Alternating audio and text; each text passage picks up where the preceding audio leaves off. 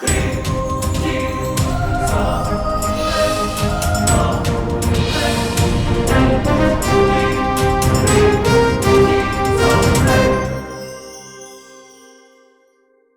the Lord. Praise the Lord. Hallelujah. Hallelujah. Hallelujah. Hallelujah. അഭിഷേകാഗ്നിയുടെ എല്ലാ പ്രേക്ഷകർക്കും രക്ഷിതാവും കർത്താവുമായ യേശു ക്രിസ്തുവിൻ്റെ ധന്യനാമത്തിൽ കൃപയും സമാധാനവും. ഹല്ലേലൂയ. ഹല്ലേലൂയ. ഹല്ലേലൂയ. ഹല്ലേലൂയ. പ്രിയപ്പെട്ട സഹോദരങ്ങളെ, അഭിഷേകാഗ്നി വചന ശുശ്രൂഷ ദൈവമായ കർത്താവ് വളരെ കരുണയോടെ അവിടുത്തെ പ്രിയപ്പെട്ട അനേക പതിനായിരങ്ങളുടെ ജീവിതങ്ങളിൽ കൃപയും അനുഗ്രഹവും വർഷിക്കുന്ന സമയമാണ്. രോഗികളെ സൗഖ്യങ്ങൾ കൊണ്ട് അവിടുന്ന് ആശ്വസിപ്പിക്കുന്നു. പലതരത്തിലുള്ള പ്രതിസന്ധിയുള്ള ആത്മാക്കളെ അവിടുന്ന് കൈപിടിച്ച് ഉയർത്തുന്നു. ഈ ഒരു സമയം നിങ്ങളുടെ കുടുംബങ്ങളിൽ വലിയ പ്രകടമായ അത്ഭുതങ്ങൾ നടക്കും. രോഗികൾ ഇപ്പോൾ വിശ്വാസത്തോടെ പ്രാർത്ഥിക്കണം. ഞാൻ ഓർക്കുന്നുണ്ട്, മുമ്പ് അഭിഷേകാഗ്നി നടന്നുകൊണ്ടിരുന്നപ്പോൾ വീടുകളിൽ കുടുംബങ്ങൾ രോഗാവസ്ഥയിലേക്ക് ദൈവമായ കർത്താവിൻ്റെ അത്ഭുതകരമായ ഇടപെടൽ വിളിച്ചപേക്ഷിച്ചു. കാലിലൊക്കെ ഒരുപാട് അരിമ്പാറയുണ്ടായിരുന്ന ഒരു വ്യക്തിയുടെ അനുഭവം അട്ടപ്പാടി സിഗ്യോൻ ധ്യാന കേന്ദ്രത്തിൽ ആദ്യ വെള്ളിയാഴ്ച വന്ന് സാക്ഷ്യപ്പെടുത്തിയത് എൻ്റെ ഓർമ്മയിൽ തെളിഞ്ഞു വരികയാണ്. എൻ്റെ പേര് ഷിബിൻ രാജു. ഞാൻ കോഴിക്കോട് ജില്ലയിൽ കോടഞ്ചേരിയിൽ നിന്ന് വരുന്നു. 2016 മുതൽ ഞാൻ അനുഭവിച്ച ഒരു രോഗപീഠ, എൻ്റെ 2 കാലിൻ്റെ ഉള്ളംകാലിലും അരിമ്പാറകൾ വന്ന് നിറയുന്നൊരവസ്ഥയുണ്ടായിരുന്നു. 2 കാലുകളിൽ അരിമ്പാറ വന്ന് പാൽപാദം മുഴുവൻ, പാദത്തിൻ്റെ ഉള്ളിൽ. ചെറുതൊന്നുമല്ല ദൈവമേ. 2 കാലുകളിലും കൂടെ ആയി ഏതാണ്ട് 50-ന് മുകളിൽ അരിമ്പാറകൾ വന്ന് നിറയുന്ന അവസ്ഥയായിരുന്നു. വലിയ വലിയ അരിമ്പാറകൾ കാലിൻ്റെ ഉള്ളിൽ വന്ന് നിറയുക. അത് ചിലപ്പോൾ പൊട്ടി ചോര വരും. എനിക്ക് പുറത്തിറങ്ങി നടക്കാനായിട്ടോ പള്ളിയിൽ പോയി മുട്ടുകുത്തി പ്രാർത്ഥിക്കാൻ വേണ്ടിയിട്ടോ നിൽക്കുമ്പോൾ എനിക്ക് നാണക്കേടാണ്. മറ്റുള്ളവർ ഇത് കണ്ടിട്ട് മാറ്റി നിർത്തുമോ എന്നുള്ളൊരു വിഷമം. അങ്ങനെ ഞാനത് കാലിൽ എപ്പോഴും സോക്സും ഷൂ ഇട്ട് അത് അഡ്ജസ്റ്റ് ചെയ്യാൻ തുടങ്ങി. 10 വർഷത്തോളമായിട്ട് ഞാനിത് അനുഭവിച്ചുകൊണ്ടിരിക്കുകയായിരുന്നു. 10 വർഷം ഇതായിരുന്നു ഈ ദാസൻ്റെ സ്ഥിതി. 10 വർഷം. 1ാം ക്ലാസ് തുടങ്ങിയാൽ 10ാം ക്ലാസ് എത്തുന്നവരായിരുന്നു. 10 വർഷം സഹിച്ചിട്ടുണ്ട്. അങ്ങനെ സർജിക്കൽ പ്രൊസീജിയറുകളൊക്കെ നടത്തി, 2 പ്രാവശ്യം നടത്തി. ഹോമിയോ മരുന്ന് നോക്കി, ലിക്വിഡ് നൈട്രജൻ ട്രീറ്റ്മെൻറ്റ് നടത്തി. പക്ഷേ ഇതെല്ലാം നടത്തുമ്പോഴും അത് കഴിഞ്ഞ് 1 മാസം കഴിയുമ്പോഴത്തേനും ഇരട്ടി ശക്തിയിലാണ് ഇത് തിരിച്ചു വരുന്നത്, മാറുന്നില്ല. അങ്ങനെ നിൽക്കുമ്പോൾ ഇത് കയ്യിലോട്ടും കൂടി പടരാൻ തുടങ്ങി. ഉള്ളം കൈയിലോട്ടും കൂടെ വന്നപ്പോൾ എനിക്കൊരു ഷെയ്ക്ക് ഹാൻഡ് പോലും ഒരാൾക്ക് കൊടുക്കാൻ പറ്റാത്ത അവസ്ഥയായി. അങ്ങനെ വന്നപ്പോൾ എനിക്ക് ആത്മാർത്ഥമായിട്ട് ഈ അഭിഷേകാഗ്നിയിൽ സമർപ്പിച്ച് പ്രാർത്ഥിക്കണമെന്ന് ഒരു തോന്നൽ വന്നു. എൻ്റെ അമ്മയോട് പറഞ്ഞു. അമ്മയും എൻ്റെ മോളും ആത്മാർത്ഥമായിട്ട് എൻ്റെ മോള് കരഞ്ഞ് പ്രാർത്ഥിച്ചുകൊണ്ട് നിൽക്കുന്നത് ഞാൻ കണ്ടു. എൻ്റെ ഉള്ളിലും അത്രയ്ക്ക് വേദന ഉണ്ടായിരുന്നു. അതിൻ്റെ ഭാഗമായി ഈ കഴിഞ്ഞ ജൂലൈ മാസം 2ാമത്തെ ആഴ്ച അഭിഷേകാഗ്നിയിൽ തിരുവോസ്തിയിൽ തൊട്ട് പ്രാർത്ഥിക്കുകയും പിറ്റേ ഞായറാഴ്ച വിശുദ്ധ കുർബാനയ്ക്കിടയിൽ എൻ്റെ കയ്യിൽ നിന്ന് അത് അടർന്നു വീഴുകയും ചെയ്തു. അടർന്ന് താഴ്ത്തിക്കാണ് പോയി. ഒരാഴ്ച കൊണ്ട് എൻ്റെ കാലിലെ എല്ലാ അരിമ്പാറകളും പൊളിഞ്ഞു പോയി. ഒരൊറ്റ ആഴ്ചയ്ക്കുള്ളിൽ കാലിലുണ്ടായിരുന്ന മുഴുവൻ അരിമ്പാറകളും അപ്രത്യക്ഷമായി. നോക്കിയേ, കാല് ക്ലിയറായി. ഫയർ. ഇത് സാക്ഷ്യപ്പെടുത്താനാണ് ഞാനിവിടെ വന്നത്. ഉറക്കെ പറയാ, ഹല്ലേലൂയ, ഹല്ലേലൂയ, ഹല്ലേലൂയ, ഹല്ലേലൂയ. എല്ലാവരും എഴുന്നേറ്റ് നമ്മളിപ്പോൾ ഒന്ന് പ്രാർത്ഥിക്കാൻ പോവുകയാണ്. പ്രിയപ്പെട്ട സഹോദരങ്ങളെ, കർത്താവ് അനേക വിധത്തിൽ പ്രതിസന്ധിയിലൂടെ കടന്നു പോകുന്ന ജീവിതങ്ങളെ കൈപിടിച്ച് അവരുടെ ആ ഒരു കണ്ണുനീരിൽ കുതിർന്ന അവസ്ഥയിൽ നിന്ന് സന്തോഷത്തിൻ്റെ ഒരവസ്ഥയിലേക്ക് മാറ്റാൻ പോവുകയാണ്. കൈകൾ ഉയർത്തിപ്പിടിക്കാം. ഈ സമയം സഭയുടെ പ്രാർത്ഥനയാൽ ദൈവത്തിൻ്റെ അത്ഭുതങ്ങൾ കുടുംബങ്ങളിൽ നടക്കട്ടെ. കടബാധ്യതയുള്ളവരുടെ കടബാധ്യതകളിലേക്ക് ദൈവത്തിൻ്റെ ആത്മാവ് ഇറങ്ങി വരട്ടെ. കല്ലറ പിളർക്കുന്ന ശക്തി, ഭൂതങ്ങളെ ഓടിക്കുന്ന ശക്തി, വിടുതൽ നൽകുന്ന ശക്തി ഇന്ന് കുടുംബങ്ങളിലേക്ക് ഇറങ്ങി വരട്ടെ. ദൈവമേ, അനേക പതിറ്റാണ്ടുകളായി രോഗികളായിരിക്കുന്നവർ ഈ പ്രാർത്ഥനയുടെ സമയത്ത് രോഗക്കടക്ക് വിട്ട് ചാടി എഴുന്നേൽക്കട്ടെ. അനേക തരത്തിലുള്ള നിരാശകളിലും വലിയ പാപബന്ധനങ്ങളിലും കണ്ണുനീർ താഴ്വരയിലിരിക്കുന്ന കുടുംബങ്ങൾ കണ്ണുനീര് താഴ്വര വിട്ട് ദൈവത്തിൻ്റെ അത്ഭുതങ്ങൾ കാണട്ടെ. കർത്താവേ, ഇപ്പോൾ ഇടപെടണമേ. ഹല്ലേലൂയ. പരിശുദ്ധാത്മാവേ, പരിശുദ്ധാത്മാവേ, കല്ലറയിൽ നിന്ന് ഉയർപ്പിക്കുന്ന പരിശുദ്ധാത്മാവേ, തകർച്ചയിൽ നിന്ന് ഉയർപ്പിക്കുന്ന പരിശുദ്ധാത്മാവേ, വിടുതൽ നൽകുന്ന പരിശുദ്ധാത്മാവേ, കത്തിപ്പടരണമേ. കൈകൾ ഉയർത്തി ഉച്ചത്തിൽ വിളിക്കുന്നു പരിശുദ്ധാത്മാവേ. Glory glory glory. Hallelujah hallelujah hallelujah. കല്ലറ പിളർന്ന ശക്തി, ജയിലറ ഭേദിച്ച ശക്തി, മരണത്തെ ജയിച്ചൊരു ശക്തി, പരിശുദ്ധാത്മാവേ, ഉദ്ധിതനായവൻ ശക്തി, മരണത്തെ ജയിച്ചൊരു ശക്തി, ഉദ്ധിതനായവൻ ശക്തി. എന്തൊരു ശക്തി, അത്ഭുത ശക്തി, പരിശുദ്ധാത്മ ശക്തി. എന്തൊരു ശക്തി, അത്ഭുത ശക്തി, പരിശുദ്ധാത്മ ശക്തി. കൈകൾ ഉയർത്തി ഉച്ചത്തിൽ സ്തുതിക്കുന്നു. ഹല്ലേലൂയ. ആരാധന ആരാധന ആരാധന. പരിശുദ്ധാത്മാവേ, തളർന്നവരിലേക്ക് കൃപകൾ വർഷിക്കണമേ. പ്രാർത്ഥിക്കാൻ പറ്റാത്തവര്, ഗ്രഹിക്കാൻ പറ്റാത്തവര്, കർത്താവേ, വിശ്വസിക്കാൻ പറ്റാത്തവര്, ദൈവത്തെ നഷ്ടപ്പെട്ടവര്, പ്രാർത്ഥന നഷ്ടപ്പെട്ടവര് വീണ്ടും ശക്തി പ്രാപിക്കട്ടെ, വീണ്ടും ശക്തി പ്രാപിക്കട്ടെ, വീണ്ടും അഭിഷേകം പ്രാപിക്കട്ടെ, വീണ്ടും കൃപ പ്രാപിക്കട്ടെ, ഉണർവിന്റെ അഭിഷേകം നിറയട്ടെ. Glory glory glory glory glory glory. ഭൂതങ്ങൾ മാറ്റുന്ന ശക്തി, അത്ഭുത ശക്തി, നിർമ്മിച്ച ശക്തി, ഭൂതങ്ങൾ മാറ്റുന്ന ശക്തി, രോഗങ്ങൾ നീക്കുന്ന ശക്തി, മോചനമേകുന്ന ശക്തി, രോഗങ്ങൾ നീക്കുന്ന ശക്തി, മോചനമേകുന്ന ശക്തി. കൈകൾ ഉയർത്തി കൈയടിച്ച്. എന്തൊരു ശക്തി, അത്ഭുത ശക്തി, പരിശുദ്ധാത്മ ശക്തി. എന്തൊരു ശക്തി, വലിയ സ്നേഹത്തെ വീണ്ടും ഉച്ചത്തിൽ സ്തുതിക്കുന്നു.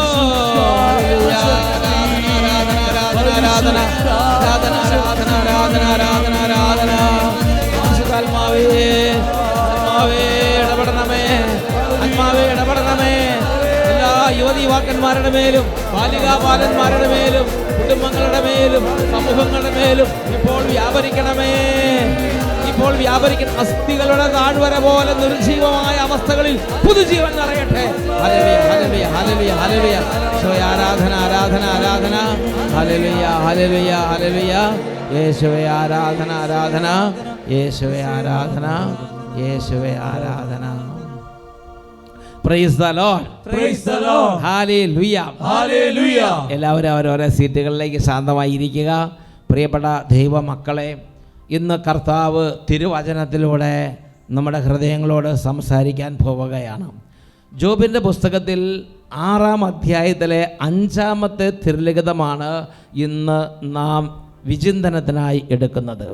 തിന്നാൻ പുല്ലുള്ളപ്പോൾ കാട്ടുകഴുത കരയുമോ? തീറ്റി മുന്നിലുള്ളപ്പോൾ കാള മുക്കറയിടുമോ? തിന്നാൻ പുല്ലുള്ളപ്പോൾ കാട്ടുകഴുത കരയുമോ? തിന്നാൻ പുല്ലുള്ളപ്പോൾ കാട്ടുകഴുത കരയുമോ? തീറ്റി മുന്നിലുള്ളപ്പോൾ കാള മുക്കറയിടുമോ? പ്രിയപ്പെട്ട ദൈവമക്കളെ, എന്താണ് ഈ ഒരു വചനത്തിലൂടെ ദൈവം നമ്മളോട് ചോദിക്കുന്നത്? ലോകത്തിൻ്റെ സന്തോഷം നിൻ്റെ മുമ്പിൽ ഇരിക്കുമ്പോൾ നീ ദൈവത്തിന് വേണ്ടി വിശന്ന് കരയുമോ? ലോകം ഒരുപാട് സ്വർഗീയമായ അല്ലെങ്കിൽ ഒരുപാട് ഉയർച്ചയും സന്തോഷവും നിനക്ക് ഓഫർ ചെയ്ത് നിൻ്റെ മുമ്പിൽ നിൽക്കുമ്പോൾ നീ അത് വേണ്ട എന്ന് വെച്ച് ദൈവത്തിന് വേണ്ടി നീ കരയുമോ? ദൈവത്തിന് വേണ്ടി നീ നിലവിളിക്കുമോ? ദൈവത്തിന് വേണ്ടി നീ വിശക്കുന്നോ? ദൈവത്തിന് വേണ്ടി നീ ദാഹിച്ച് നീ അത് ലോകത്തെ ത്യജിച്ച് ലോകത്തെ വേണ്ട എന്ന് വെച്ച് മുന്നോട്ട് പോകുമോ? തീറ്റി മുന്നിലുള്ളപ്പോൾ കാള മുക്കറയിടുമോ? ഒരുപാട് പേര് പറയണത് മുക്കറയിടില്ല എന്നാണ്. പുല്ല് തിന്നാൻ പുല്ലുള്ളപ്പോൾ കാട്ടുകഴുത കരയുമോ? ഒരുപാട് പേര് പറയണത് അങ്ങനെ കരയില്ല, അത് തിന്നോളെന്ന്. എന്നാൽ ഞാൻ നിങ്ങളോട് പറയുന്നു, തിന്നാൻ പുല്ലുള്ളപ്പോൾ കാട്ടുകഴുത കരയും, തീറ്റി മുന്നിലുള്ളപ്പോൾ കാള മുക്കറയിടും, ദൈവത്തിന് വേണ്ടി നിലവിളിക്കും. പരിശുദ്ധാത്മാവിൻ്റെ സഹായമുണ്ടെങ്കിൽ നമ്മൾ ഈ ദിവസങ്ങളിൽ പരിശുദ്ധാത്മാവിന് വേണ്ടി പ്രാർത്ഥിച്ചുകൊണ്ടിരിക്കുകയാണ്. പ്രിയപ്പെട്ട ദൈവമക്കളെ, കാട്ടുകഴുതയെപ്പോലെ ഈ ഭൂമിയിൽ നമ്മൾ ജഡത്തിൻ്റെ കഠിനമായ പീഡകൾ ഇരിക്കുമ്പോഴും, നമുക്ക് ലോകത്തിൻ്റെ സന്തോഷവും പാപസന്തോഷങ്ങളൊക്കെ മുമ്പ് ഇരിക്കുമ്പോഴും ആ പാപം വേണ്ട എന്ന് വെച്ച് ഈ കാട്ടുകഴുതയാകുന്ന ഈ ജഡത്തിൻ്റെ, ഈ ശരീരത്തിൻ്റെ ഈ ഒരു കഠിനമായ തരത്തിലുള്ള ഈ മൂലപാപങ്ങളിലുള്ള കഠിന പീഡകൾ ഇരിക്കുമ്പോൾ അതിൻ്റെ നടുവിലിരുന്ന് ഈ ലോകത്തിന് സന്തോഷം വേണ്ട, പാപത്തിന് സന്തോഷം വേണ്ട, ലോകത്തിന് നേട്ടം വേണ്ട, പാപകരമായ ഉയർച്ച വേണ്ട, എനിക്ക് ദൈവത്തെ മതി എന്ന് പറഞ്ഞ് കരയാൻ എന്നെയും നിങ്ങളെയും ശക്തിപ്പെടുത്തുന്ന ഈ ആത്മാവാണ് പരിശുദ്ധാത്മാവ്. അത് എൻ്റെയും നിങ്ങളുടെയും ജീവിതത്തിലുണ്ടെങ്കിൽ, എൻ്റെയും നിങ്ങളുടെ ജീവിതത്തെ ഭരിക്കുന്നുണ്ടെങ്കിൽ, ഈ കാട്ടുകഴുത ഈ ലോകത്തിന് വേണ്ടി ഈ ലോകത്തിലെ കാര്യങ്ങളിൽ സന്തോഷം കണ്ടെത്തുന്ന വിധം ലയിച്ചു ചേർന്നിരിക്കുന്ന ട്യൂണ്ടായ ഈ കാട്ടുകഴുത ഇതിൻ്റെ നടുവിലിരുന്ന്, ലോകത്തിൻ്റെ നടുവിലിരുന്ന് ദൈവത്തിന് വേണ്ടി കരയും എന്ന് തന്നെയാണ് എനിക്ക് നിങ്ങളോട് ഇന്ന് പറയാനുള്ളത്. നമ്മളിന്ന് അതിനെക്കുറിച്ചാണ് ചിന്തിക്കാൻ പോകുന്നത്. എന്നുറക്കെ പറഞ്ഞേ ഹല്ലേലൂയ, ഹല്ലേലൂയ, ഹല്ലേലൂയ, ഹല്ലേലൂയ. ഇന്ന് ഈ ഒരു വചനം കേട്ടുകൊണ്ടിരിക്കുമ്പോൾ അനേകം ആത്മാക്കളെ എൻ്റെ കൺമുമ്പിൽ ഞാൻ കാണുകയാണ്. അനേകം ആത്മാക്കൾക്ക് അവരുടെ ജീവിതത്തിൻ്റെ വലിയൊരു വേദന എങ്ങനെയാണ്, എനിക്ക് രക്ഷപ്പെടാൻ പറ്റുന്നില്ലല്ലോ, എനിക്ക് ഈ ലോകത്തിൻ്റെ പാപങ്ങളും ഈ ലോകത്തിൻ്റെ ഓഫറുകളും സന്തോഷങ്ങളും വരുമ്പോൾ ദൈവത്തിന് വേണ്ടി തീരുമാനമെടുക്കാൻ കഴിയുന്നില്ലല്ലോ. എന്താണ് അതിൻ്റെ കാരണം? സുഭാഷിതം 30-20 തിരുലിഖിതത്തിൽ ഇങ്ങനെയാണ് വായിക്കുന്നത്. കാട്ടുകഴുതയുടെ സ്വഭാവമാണത്. സുഭാഷിതം 30-20. വ്യഭിചാരിണി ഈ രീതിയിൽ ജീവിക്കുന്നു. അവൾ വിശപ്പടക്കി മുഖം തുടച്ചുകൊണ്ട് പറയുന്നു, ഞാൻ എന്താണ് ചെയ്തത്? ഞാൻ ഒരു തെറ്റും ചെയ്തിട്ടില്ലല്ലോ, എനിക്കെന്താ കുഴപ്പം? ഞാൻ നോർമലാണ്, എനിക്കൊരു കുഴപ്പവുമില്ല. വ്യഭിചാരിണിയുടെ രീതി ഇതാണ് എന്ന് പറഞ്ഞാൽ കാട്ടുകഴുത ഈ ലോകത്തിൻ്റെ കഠിന ബന്ധനത, ഈ ലോകത്തിൻ്റെ സ്വഭാവത്തിൽ ജീവിക്കുന്ന ഒരു വ്യക്തി ഏത് തരത്തിലുള്ള കൊടിയ പാപകൃത്യങ്ങളിലാണെങ്കിലും ആ വ്യക്തിക്ക് അനുതാപത്തിൻ്റെ കൃപ ലഭിക്കുകയില്ല. ആ വ്യക്തിക്ക് ദൈവത്തിന് വേണ്ടി വിശപ്പില്ല, ആ വ്യക്തിക്ക് ദൈവത്തിന് വേണ്ടി ദാഹമില്ല. ഇത് ഒരുപാട് പേരുടെ രീതിയാണ്. എൻ്റെ പ്രിയപ്പെട്ട സഹോദരങ്ങളെ, പരിശുദ്ധാത്മാവിനെ നിർവീര്യമാക്കിയ കാട്ടുകഴുത പാപത്തെ ന്യായീകരിച്ചു കൊണ്ടേയിരിക്കും. എന്നാൽ ഈ ജഡത്തിൽ പരിശുദ്ധാത്മാവ് വസിക്കുന്നുണ്ടെങ്കിലോ, ഈ ജഡത്തിൽ പരിശുദ്ധാത്മാവ് വസിക്കുന്നുണ്ടെങ്കിൽ ഈ ജഡം ലോകത്തിൻ്റെ സാഹചര്യങ്ങളിലല്ല, മറിച്ച് ദൈവത്തെയാണ് ഓർത്തുകൊണ്ടിരിക്കുന്നത്. ഈ ലോകത്ത് ജീവിച്ചിരിക്കുമ്പോഴും ഈ ലോകത്തിൽ അത് ദൈവത്തിന് വേണ്ടി കാത്തിരിക്കും, ഈ ലോകത്തിൽ അത് ദൈവത്തിന് വേണ്ടി വിശക്കും, ഈ ലോകത്ത് ദൈവത്തിന് വേണ്ടി നിലവിളിക്കും, ഈ ലോകത്ത് ദൈവത്തിന് വേണ്ടി വേർതിരിഞ്ഞു നിൽക്കും. ഉൽപ്പത്തിയുടെ പുസ്തകത്തിൽ 39 അധ്യായത്തിൽ 7 തൊട്ട് 10 വരെയുള്ള തിരുലിഖിതങ്ങളിലേക്ക് നമുക്ക് പോകാം. ഉൽപ്പത്തിയുടെ പുസ്തകം 39 അധ്യായം 7 തൊട്ട് 10 വരെയുള്ള തിരുലിഖിതങ്ങൾ. Joseph, പൂർവ്വപിതാവായ Joseph വടിവത്ത ശരീരമുള്ളവനും സുമുഖനുമായിരുന്നു. കുറച്ചുനാൾ കഴിഞ്ഞപ്പോൾ അവൻ്റെ യജമാനൻ്റെ ഭാര്യയ്ക്ക് അവനിൽ അഭിലാഷം തോന്നി, എൻ്റെ കൂടെ ശയിക്കുക. അവൾ അവനോട് ആവശ്യപ്പെട്ടു, പക്ഷേ അവൻ വഴങ്ങിയില്ല. അവൻ അവളോട് പറഞ്ഞു, ഞാനുള്ളത് കൊണ്ട് യജമാനൻ വീട്ടിലുള്ള ഒന്നിനെക്കുറിച്ചും ശ്രദ്ധിക്കാറില്ല, എല്ലാം അവൻ എൻ്റെ കയ്യിൽ ഏൽപ്പിച്ചിരിക്കുന്നു. എന്നേക്കാൾ വലിയവനായി ആരും ഈ ഭവനത്തിലില്ല. എൻ്റെ മേൽനോട്ടത്തിൽ നിന്ന് നിങ്ങളെ അല്ലാതെ മറ്റൊന്നും അവൻ മാറ്റി നിർത്തിയിട്ടില്ല. അത് നിങ്ങൾ അവൻ്റെ ഭാര്യയായതുകൊണ്ടാണ്. ഞാൻ എങ്ങനെയാണ് ഇത്ര നീചമായി പ്രവർത്തിച്ച് ദൈവത്തിനെതിരെ പാപം ചെയ്യുക? അനുദിനം അവൾ പറഞ്ഞിട്ടും പ്രലോഭിപ്പിച്ചിട്ടും നിർബന്ധിച്ചിട്ടും അവളോട് കൂടെ ശയിക്കാനോ അവളുടെ അടുത്ത് ഇരിക്കാനോ അവൻ കൂട്ടാക്കിയില്ല. പ്രിയപ്പെട്ട ദൈവമക്കളെ, കാട്ടുകഴുത തിന്നാൻ പുല്ലുള്ളപ്പോൾ കാട്ടുകഴുത അതിനും ഉപരിയായ ദൈവത്തെ നോക്കി വേർതിരിഞ്ഞ് നിൽക്കുകയാണ്. പുല്ലിലല്ല കാട്ടുകഴുതയുടെ സന്തോഷം. ഇവിടെ ഈ ജഡം, എനിക്കും നിനക്കുള്ളത് പോലുള്ളൊരു ജഡത്തിലിരുന്ന ആ ഒരു വ്യക്തിയാണ് പൂർവ്വപിതാവായ ജോസഫ്. പ്രിയപ്പെട്ട സഹോദരങ്ങളെ, പക്ഷേ ചുറ്റുവട്ടത്ത് എത്രമാത്രം സാഹചര്യങ്ങൾ അനുദിനം സാഹചര്യങ്ങൾ ഒരുക്കി, നിർബന്ധിച്ചു, സ്നേഹിച്ചു, അനുനയിപ്പിച്ചു നോക്കി, പല വിധത്തിലും നോക്കി, അനുദിനം പ്രോത്സാഹിപ്പിച്ചു കൊണ്ടിരുന്നു. പക്ഷേ നമുക്ക് ജോസഫിനെ മുമ്പിലേക്ക് കൊണ്ടുവരാം. ജോസഫിനോട് ചോദിക്കാം, ജോസഫേ, നീ എന്തുകൊണ്ടാണ് ഇങ്ങനെയൊരു സാഹചര്യം വന്നപ്പോൾ നീ ആ സന്തോഷം വേണ്ടാന്ന് വെച്ചത്? എല്ലാ അനുകൂല സാഹചര്യമായിരുന്നല്ലോ. മാത്രമല്ല, ഒരു പക്ഷേ വീണ്ടും നിനക്ക് ഉയർച്ചയും പ്രൊമോഷനും അവിടെ വലിയ തരത്തിലുള്ള ലോക നേട്ടങ്ങളും ലഭിക്കാനുള്ളൊരു സാഹചര്യം ഉണ്ടായിരുന്നല്ലോ. പിന്നെ എന്തുകൊണ്ടാണ് ജോസഫ് നീ അതെല്ലാം വേണ്ടാന്ന് വെച്ചത്? ജോസഫിന് പറയാൻ ഒറ്റ ഉത്തരവേ ഉള്ളൂ, എൻ്റെ ദൈവത്തിൻ്റെ മുമ്പിൽ ഇത്ര നീചമായി പ്രവർത്തിച്ച് ഞാൻ എങ്ങനെ എൻ്റെ ദൈവത്തിനെതിരെ പാപം ചെയ്യും? ഞാൻ എങ്ങനെയാണ് ഇത്ര നീചമായി പ്രവർത്തിച്ച് എൻ്റെ ദൈവത്തിനെതിരെ പാപം ചെയ്യുക? എൻ്റെ പ്രിയപ്പെട്ട സഹോദരങ്ങളെ, ജോസഫ് പറയുകയാണ്, എൻ്റെ ഈ ലോക ജീവിതത്തിൽ എനിക്ക് ചുറ്റും തിന്നാൻ പുല്ലുള്ളപ്പോൾ അത് തിന്നാതെ ഞാൻ ദൈവത്തിന് വേണ്ടി കരഞ്ഞിട്ടുണ്ടെങ്കിൽ ഒറ്റ കാര്യം മാത്രമേ ഉള്ളൂ, എൻ്റെ ദൈവത്തിനെക്കുറിച്ചുള്ള ഓർമ്മ, എൻ്റെ ദൈവത്തിനെക്കുറിച്ചുള്ള ഓർമ്മ, എൻ്റെ ദൈവത്തെക്കുറിച്ചുള്ള എൻ്റെ ഓർമ്മ. എൻ്റെ ദൈവത്തെ മറന്ന് എനിക്ക് ജീവിക്കാൻ പറ്റില്ല. എൻ്റെ ദൈവത്തെ എനിക്ക് ചുറ്റും പുല്ലുള്ളപ്പോഴും എനിക്ക് ചുറ്റും തീറ്റയുള്ളപ്പോഴും ഞാൻ ആ തീറ്റ എടുക്കാതെ, ഞാൻ ആ പുല്ല് കഴിക്കാതെ, ഞാൻ ഇങ്ങനെ വേർപാടാചരിച്ച് ലോകത്തിൽ ജീവിക്കുന്നുണ്ടെങ്കിൽ ഒറ്റ കാര്യമുള്ളൂ. തോബീത്തിന്റെ പുസ്തകത്തിൽ 1-ാം അധ്യായത്തിൽ 10, 11, 12 തിരുലിഖിതങ്ങൾ, തടവുകാരനായി നിനവയിലെത്തിയപ്പോൾ എൻ്റെ സഹോദരന്മാരും ചാർച്ചക്കാരും വിജാതീയരുടെ ഭക്ഷണം കഴിച്ചു. അത് എന്തായാലും കുഴപ്പമില്ല, നമുക്ക് എന്താ പറയണത്, നമ്മുടെ വായിക്ക് രുചിയുള്ളത് കിട്ടിയാൽ വാങ്ങി കഴിക്കുക.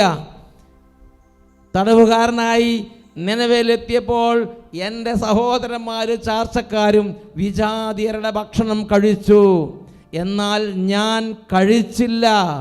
കാരണം ദൈവത്തെക്കുറിച്ചുള്ള ഓർമ്മ എൻ്റെ മനസ്സിൽ നിറഞ്ഞു നിന്നിരുന്നു. ദൈവത്തെക്കുറിച്ചുള്ള ഓർമ്മ എൻ്റെ മനസ്സിൽ നിറഞ്ഞു നിന്നിരുന്നു. പ്രിയപ്പെട്ട ദൈവമക്കളെ, തിന്നാൻ പുല്ലുള്ളപ്പോഴും കാട്ടുകഴുത തിന്നാതെ നിൽക്കും. തീറ്റി മുന്നിലുള്ളപ്പോഴും കാള അത് തിന്നാതെ, കാള ദൈവം അതിനേക്കാൾ ഉന്നതമായ കാര്യത്തിന് വേണ്ടി നിലകൊള്ളും. ഈ പച്ചയായ ജഡത്തിലിരിക്കുമ്പോഴും ഈ ലോകത്തിൻ്റെ സന്തോഷങ്ങളെക്കാൾ മറ്റൊരു സന്തോഷത്തിന് വേണ്ടി അതിൽ നിന്ന് വേർപെട്ട് നിൽക്കാൻ എനിക്ക് നിങ്ങൾക്കും കഴിവ് തരും. എനിക്ക് നിങ്ങൾക്ക് കഴിവുണ്ട്, എന്നെ നിങ്ങൾ ശക്തിപ്പെടുത്തും. ആ ആത്മാവാണ് ദൈവത്തിൻ്റെ പരിശുദ്ധാത്മാവ്. പ്രിയപ്പെട്ട സഹോദരൻ, അതിനുവേണ്ടി ഇനി വേദന സഹിക്കേണ്ടി വന്നാൽ, അതിനുവേണ്ടി പീഡനം സഹിക്കേണ്ടി വന്നാൽ സഹിക്കും. എന്നാൽ മറ്റുള്ളവരെ സ്ഥിതി എന്താണ്? ചുറ്റുവട്ടത്തും ആരും കാണാനില്ലെങ്കിൽ, സാഹചര്യങ്ങൾ അനുകൂലമായി വന്നാൽ കാട്ടുകഴുത പുല്ല് കമ്മി തിന്നുന്നു.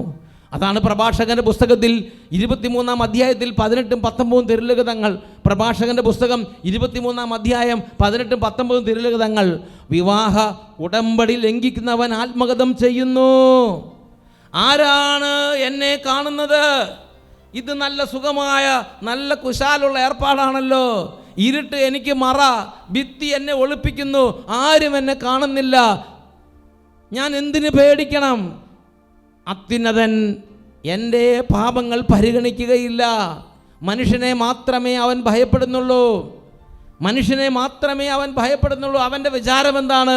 ഇതൊന്നും സാരമില്ല, ഇതൊന്നും ദൈവം കാര്യമായി കണക്കാക്കുകയില്ല.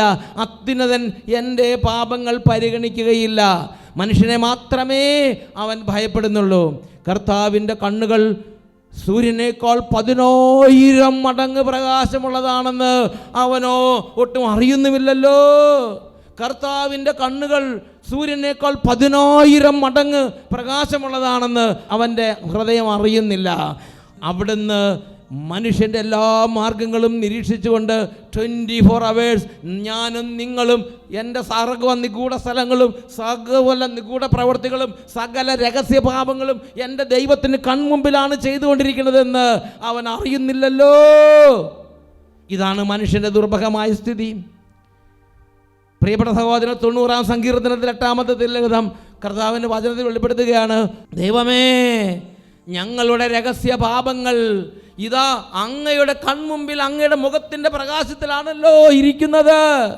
ദൈവമേ, ഞങ്ങളുടെ രഹസ്യ പാപങ്ങൾ അങ്ങയുടെ കൺമുമ്പിൽ അങ്ങയുടെ മുഖത്തിൻ്റെ പ്രകാശത്തിൽ സൂര്യനേക്കാൾ 10,000 മടങ്ങ് ശോഭയുള്ള അങ്ങയുടെ മുഖപ്രകാശത്തിൽ എല്ലാം അനാവൃതവും വ്യക്തവുമാണല്ലോ. ഹെബ്രായ ലേഖനം 4-ാം അധ്യായത്തിൽ 13-ാമത്തെ തിരുലിഖിതം. ഹെബ്രായ ലേഖനം 4-ാം അധ്യായം അതിൽ 13-ാമത്തെ തിരുലിഖിതം.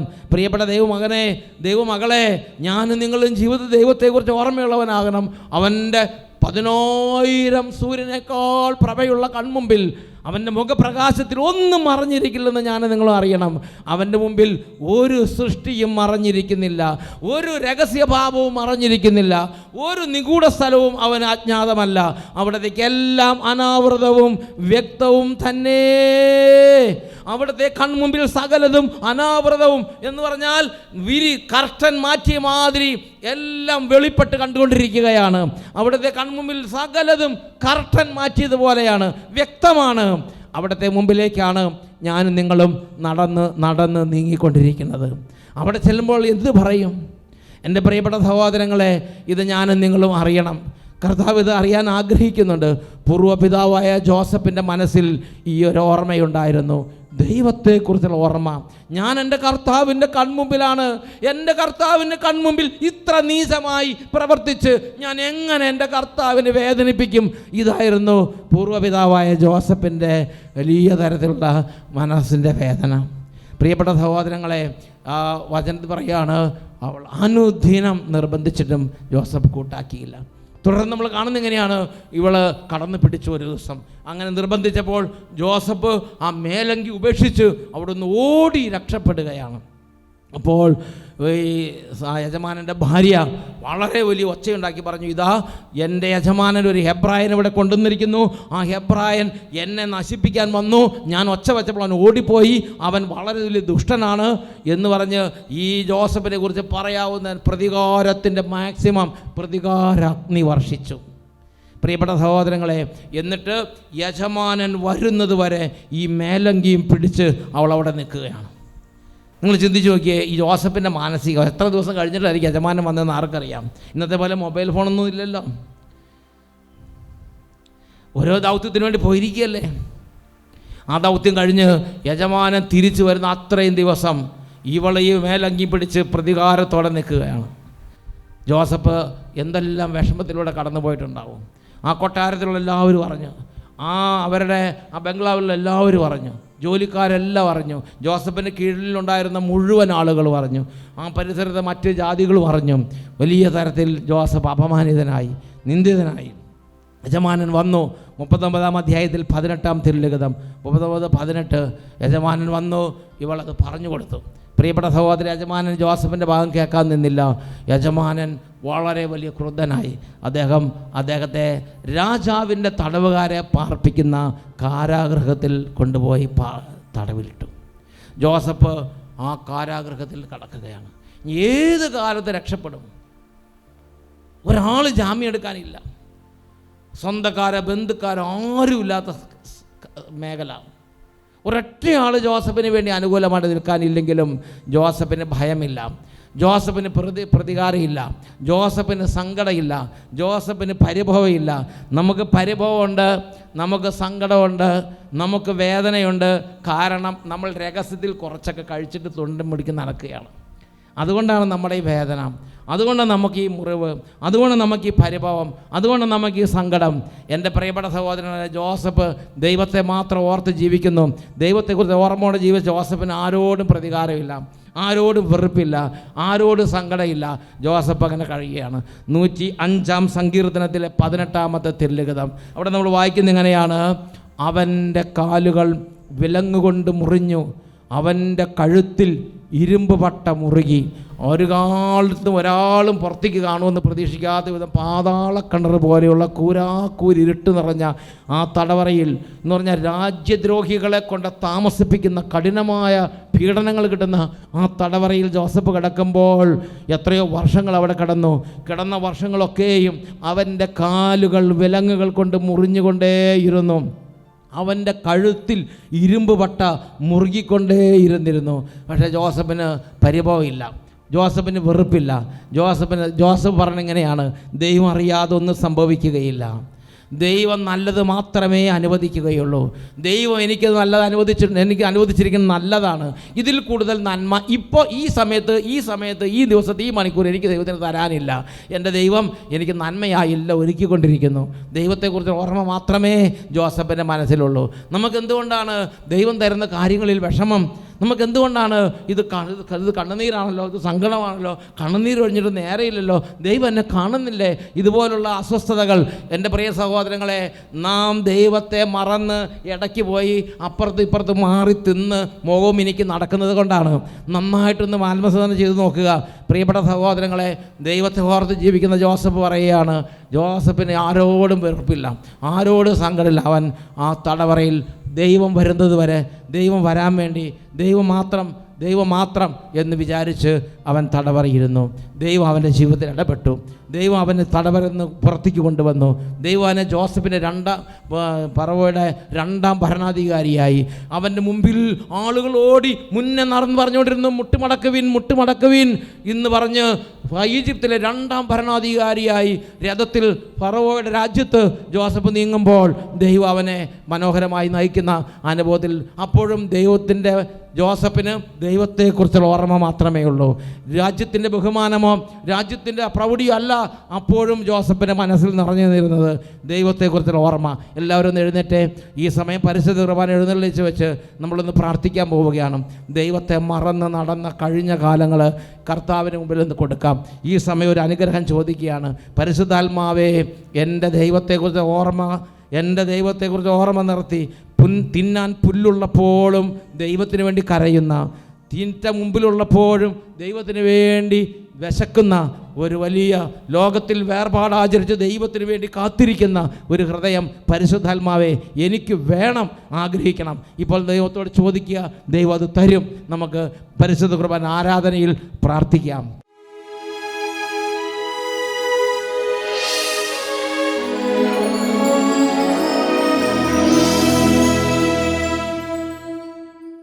തൻ്റെ പക്കലേക്ക് തിരിയുന്നവരോട് നമ്മുടെ കർത്താവ് കാണിക്കുന്ന കാരുണ്യം എത്ര വലുതാണ്. ഈ സമയം ദൈവമേ, എനിക്ക് എൻ്റെ ജീവിതത്തിലൊരു വീണ്ടും വിചാരം നൽകണമേ. എനിക്ക് വേണ്ടി കുരിശിൽ മരിച്ച എൻ്റെ രക്ഷകനായ യേശുവേ, നഷ്ടപ്പെട്ടു പോയ ദൈവ സാന്നിധ്യ സ്മരണം, നഷ്ടപ്പെട്ടു പോയ ദൈവവിചാരം, ദൈവത്തെക്കുറിച്ചുള്ള ഓർമ്മ എന്നിൽ വീണ്ടും നിക്ഷേപിക്കണമേ. പ്രിയപ്പെട്ട ദൈവമക്കളെ, നമുക്ക് നമ്മുടെ ജീവിതത്തിൽ വരുന്ന വലിയ കനത്ത നഷ്ടമാണ് ദൈവത്തെക്കുറിച്ചുള്ള ഓർമ്മ ഇല്ലാത്ത ജീവിതത്തിന് ഉടമയായി തീരുക എന്നുള്ളത്.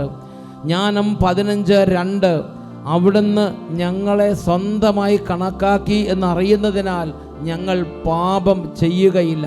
2 കരങ്ങളും നന്നായിട്ട് ഉയർത്തിപ്പിടിക്കാം. എൻ്റെ ദൈവം എന്നെ അവിടുത്തെ സ്വന്തമായി എടുത്തിരിക്കുന്നു. ദൈവമേ, ഞാൻ അങ്ങയുടേതാണ്, അങ്ങ് എൻ്റെ സ്വന്തം. എനിക്ക് വേണ്ടി കുരിശിൽ മരിച്ച യേശുവേ, എൻ്റെ രക്ഷക, ഇന്ന് ഈ സമയം ക്രൂശിതനായ യേശുവിനെ വിളിച്ചപേക്ഷിക്കുക. രോഗികളുടെ മേൽ അത്ഭുതങ്ങൾ നടക്കാൻ പോവുകയാണ്. കുടുംബങ്ങളിൽ അത്ഭുതങ്ങൾ യേശുവിൻ്റെ നാമത്തിൽ സംഭവിക്കാൻ പോവുകയാണ്. കുട്ടികൾ ഉച്ചത്തിൽ യേശുവിനെ വിളിക്കണം. യുവതിവാക്കന്മാർ ലജ്ജ കൂടാതെ യേശുവിൻ്റെ നാമത്തെ ഉച്ചത്തിൽ വിളിക്കുക. കൈകൾ ഉയർത്തി പിടിക്കുക. യേശുവിലേക്ക് നോക്കുക.